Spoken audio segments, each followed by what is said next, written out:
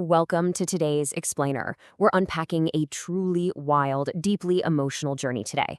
Picture this. You're a lonely guy from modern Earth, suddenly and violently thrown into a brutal, unforgiving fantasy world. But wait, he isn't here to defeat some grand demon king or save the world. No, it's way more intimate than that. He literally has to fight, bleed, and survive just to protect the one thing he's always desperately wanted: a family.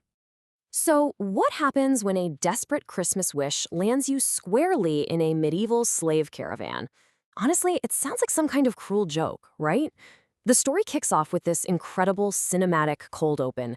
We go straight from the melancholy, snowy, everyday streets of a modern Christmas to the jarring, visceral shock of waking up shackled inside a wooden cage. It's totally disorienting, and it perfectly sets the stage for just how dark this new world really is. Part 1. A Bizarre Christmas Wish.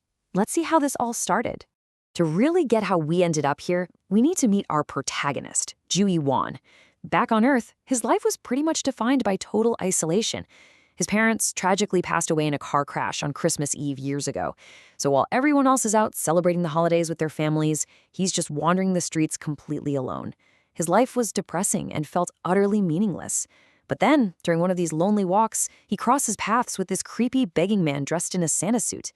Out of pity, Ju hands him some cash. In return, this weird Santa actually presses him to make a wish. But man, the consequences of that wish are immediate and absolutely horrifying. He falls asleep on the train home, and bam! He wakes up stripped bare, freezing, starving, and chained up inside a slave caravan alongside a bunch of other miserable captives. He even has to steal clothes off of dead slave just to survive the freezing cold.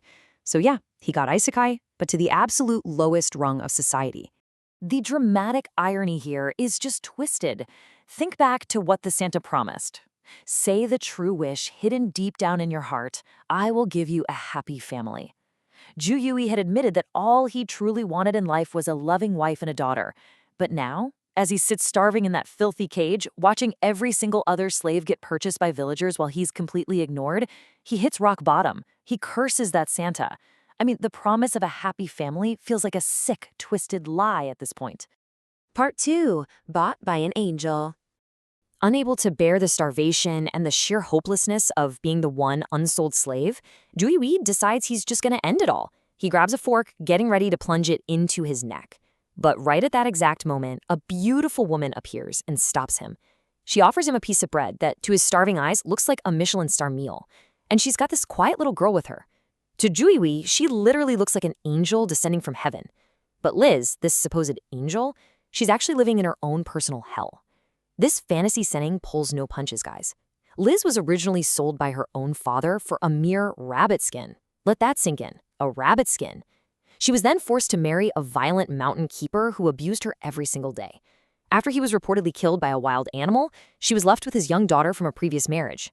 And in this incredibly backward society, a woman without a husband has zero standing. The village chief literally forces her to go buy a new slave to serve as her husband and the new mountain keeper. So yeah, this is definitely not some romantic fairy tale wedding. It is a forced binding ritual. The soldiers roughly slice Yui and Liz's arms, smearing their blood onto this magical paper that starts glowing with a dim blue light. And just like that, they are permanently bound as husband and wife. Yui, sitting there covered in dirt and totally bewildered, realizes with a massive shock that the creepy Santa wasn't actually lying. By becoming a slave, he was just magically married to a beautiful wife with an adorable stepdaughter. What happens next is just some genuinely wholesome trauma bonding. Ju is a modern gentleman through and through. Seeing how malnourished Liz and the little girl are, he physically carries both of them all the way up the steep path to their rundown mountain cabin. As they try to communicate through a massive language barrier, because, different worlds, Ju learns the little girl doesn't even have a name. So, hoping to give her a life as wonderful as a princess from his favorite childhood story, he tells her, "I'll name you Dorothy, like the princess in The Wizard of Oz." Part 3. Awakening Hidden Magical Powers. Because, of course, this wholesome family building can only last so long, right? The mountain they live on isn't just a scenic backdrop. It is a deadly, untamed environment. While wandering a bit too far into the woods, just trying to clear his head, Ju quickly realizes that danger is constantly lurking in the shadows. We get this frantic life-or-death encounter. In mere seconds, Ju is ambushed by a menacing wolf that's almost his own size. He grabs a stick to defend himself, But minutes later, the stick snaps, and the wolf sinks its teeth deep into Ju Yui's arm, leaving this massive gaping wound. It looks like it's game over. But a moment later, something incredible happens. Literal flames burst from Ju Yui's flesh. Terrifying the beast, Ju Yui uses these flaming fists to ruthlessly beat the massive wolf down until it completely stops moving. So what exactly happened? Ju Yu has awakened spontaneous magic. Once the adrenaline finally fades, he looks down at his arm, that massive, gaping bite mark. It is completely gone, rapidly healed without a single trace. Later on, he tries shouting typical fantasy spells like Fireball to absolutely no effect. That's because he doesn't need incantations. He has a subconscious, highly overpowered ability to generate elemental fire and trigger rapid cellular regeneration. And he instantly realizes this incredible power is the ultimate key to protecting his new family. Part 4. Defending the new family.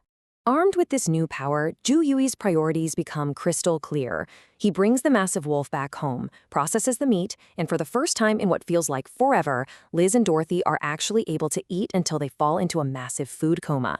Ju Yui makes a silent vow right then and there. He's going to learn the language, hunt every single day, and use his newfound strength to ensure his wife and daughter never ever have to cry again.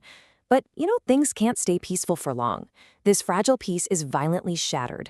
While Ju Yui is out training in the woods, 3 abusive village thugs kick down the cabin door. These are the same awful men who used to terrorize Liz alongside her old husband. They brand her a witch, steal the incredibly valuable wolf pelt and all their cured meat, and violently knock Liz to the ground.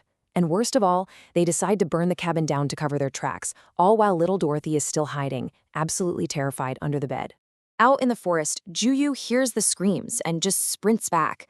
Seeing the thugs dragging Dorothy, he completely snaps. He enters this state of sheer protective rage. He delivers these savage, bone-crushing strikes that instantly drop the men. I mean, he is a hair away from literally snapping a man's neck when Gus, an old hunter who had been training him, steps in to stop him from committing murder and inevitably getting re-enslaved. But what happens next is honestly beautiful. Ju Yu instantly drops his terrifying rage. He turns to Liz, who is visibly flashing back to her abusive ex, expecting the worst. But instead of anger, Ju Yu just looks at her with this deep, loving concern. He gently comforts her, holding both her and Dorothy safe in his arms. Which brings us to Part 5, Schemes and Hidden Dangers. So Ju Yu has successfully defended his home and healed his wife. He naturally thinks things are finally looking up, that his family is safe. But we, the audience, know that terrible forces are closely watching him. There are 2 massive threats looming in the shadows right now. On one side, we have Gus the Hunter. Yeah, the guy who just helped him. Gus saw Ju Yui's instant regeneration.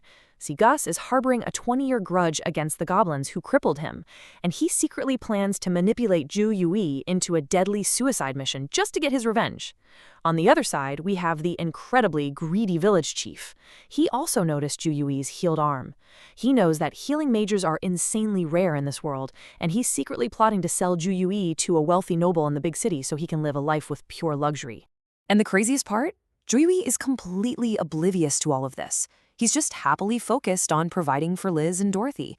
But with a manipulative hunter plotting to use him in a deadly war, and a corrupt chief planning to sell him right back into slavery, you have to wonder.